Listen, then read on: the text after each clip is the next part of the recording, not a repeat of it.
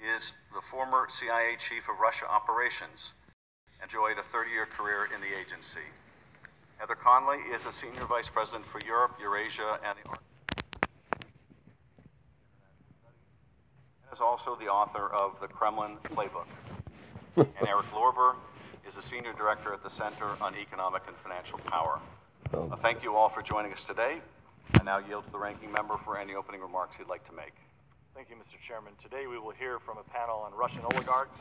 Challenges emanating from Russia have been an abiding topic of this committee for many years. In fact, under the Obama administration, committee Republicans repeatedly warned the administration, both privately and publicly, that more resources and better intelligence were needed to counter numerous threats to our national security from the Kremlin.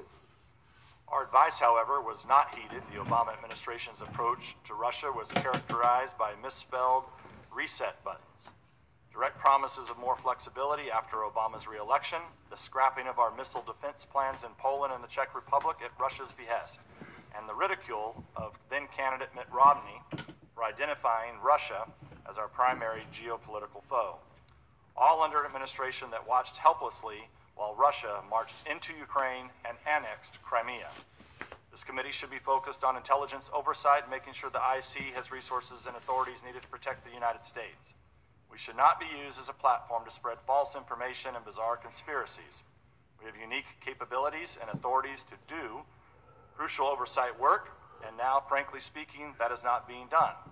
This committee was created to oversee the intelligence community, not serve as a tribunal launching frivolous accusations and investigations of one party's political opponent. With the gentleman yield.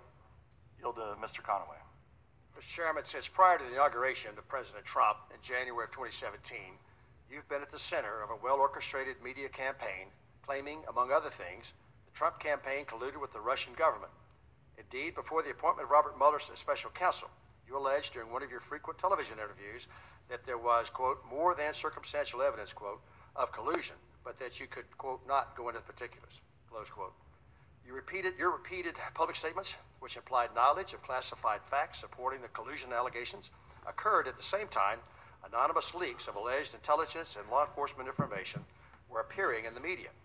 These leaks were often sourced to current or former administration or intelligence officials, appear to support the collusion allegations, and were purported to be related to ongoing investigations of President Trump and his associates. As you know, the committee has long been aware of and actively engaged in intelligence oversight activities related to Russians' malign activities. As part of our duty to oversee the actions of the intelligence community, we conducted a thorough investigation related to the 2016 Russian efforts to interfere in our elections. This investigation included a review of the allegations that the Trump campaign colluded with Russia. The committee found no evidence that President Trump or anyone associated with the Trump campaign colluded, coordinated, or conspired with the Russian government. The minority views, which you submitted, were attached to our committee's findings, and yet your views did not provide any evidence to support the claim of collusion.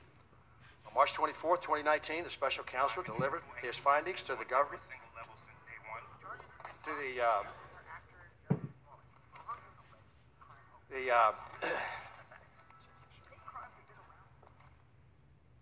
The special counsel's investigation did not find that the Trump campaign or anyone associated with conspired or coordinated with Russia in its efforts to influence the 2016 presidential election. Special Counsel Mueller's findings are consistent with those of this committee, as well as the public statements of various senators on the Senate Select Committee on Intelligence. Despite these findings, you continue to proclaim to the media that there is significant evidence of collusion. You further stated you will continue to investigate the counterintelligence issues. That is the president or people around him compromised in any way by hostile foreign power? Your willingness to continue to promote a demonstrably false narrative is alarming. The findings of the special counsel conclusively refute your past and present assertions and have exposed you as having abused your position to knowingly promote false information, having damaged the integrity of this committee and undermined the faith in the United States government and its institutions. Your actions, both past and present, are incompatible with your duty as chairman of this committee, which alone in the House of Representatives has the obligation and authority to provide effective oversight of the U.S. intelligence community. As such, we have no faith in your ability to discharge your duties in a manner consistent with your constitutional responsibility and urge your immediate resignation as chairman of the committee. Mr. Chairman, this letter is signed by all 9 members of the Republican side of the House, of the committee, and I ask unanimous consent to be entered into the record of today's hearing. I yield back. Without objection, I'm going to turn to our witnesses who are the subject of the hearing today, but before I do, and as you have chosen, instead of addressing the hearing to simply attack me, consistent with the President's attacks, I do want to respond in this way. My colleagues may think it's okay that the Russians offered dirt on the Democratic candidate for president as part of what was described as the Russian government's effort to help the Trump campaign. You might think that's okay. My colleagues might think it's okay that when that was offered to the son of the president, who had a pivotal role in the campaign, that the president's son did not call the FBI. He did not adamantly refuse that foreign help. No, instead, that son said that he would love the help of the Russians. You might think it's okay that he took that meeting.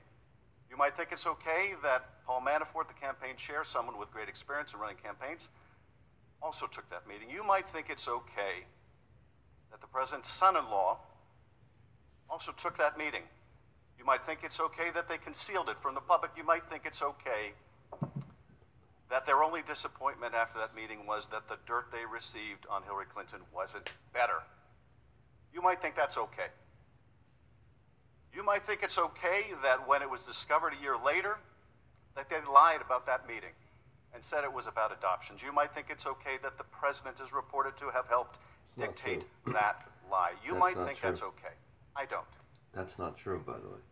You might think it's okay that the campaign chairman of a presidential campaign would offer information about that campaign to a Russian oligarch in exchange for money or debt forgiveness. You might think that's okay. I don't. That's not true. You might think it's okay It's not true. that campaign chairman offered polling data, campaign polling data to someone linked to Russian intelligence. I don't think that's okay. You might think it's okay that the president himself called on Russia to hack his opponent's emails if they were listening. He was joking. You might think it's okay. He was that joking. Later that day, in fact, the Russians attempted He was to hack joking. a server affiliated with that He campaign. didn't ask the I don't CIA think to do that's that. okay. He was joking. You might think that it's okay that the president's son-in-law sought to establish a secret back channel of communications with the Russians through a Russian diplomatic facility. I don't think that's okay.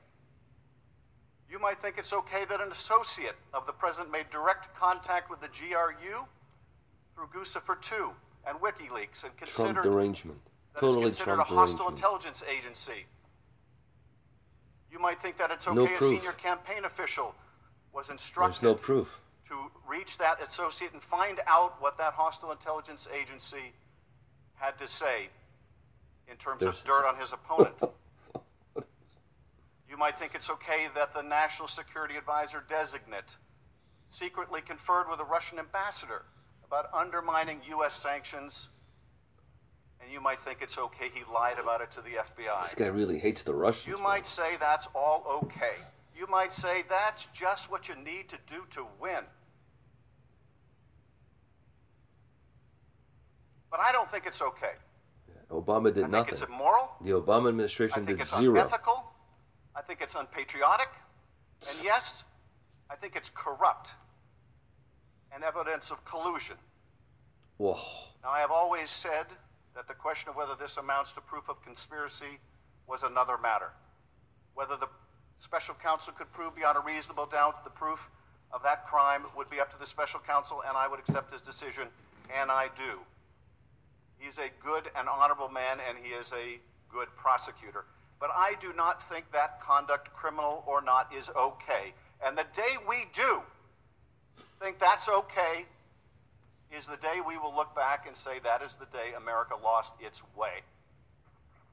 And I will tell you one more thing that is apropos of the hearing today. I don't think it's okay that during a presidential campaign, Mr. Trump sought the Kremlin's help to consummate a real estate deal in Moscow that would make him a fortune. That was years ago. According to the special counsel, hundreds of millions of dollars. I don't think it's okay that he concealed it from the public. I don't think it's okay that he advocated a new and more favorable policy towards the Russians, even as he was seeking the Russians' help, the Kremlin's help to make money. I don't think it's okay that his attorney lied to our committee. Cuckoo. There's a different word for that than collusion, and it's called compromise. And that is the subject of our hearing today. Mr. Ambassador, you are recognized for your opening statement.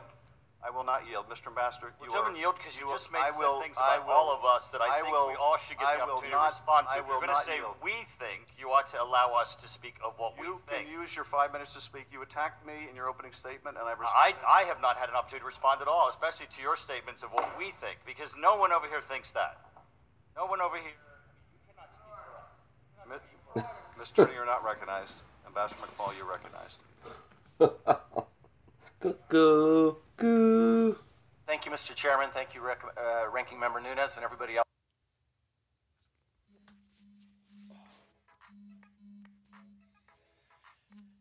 So that's here today.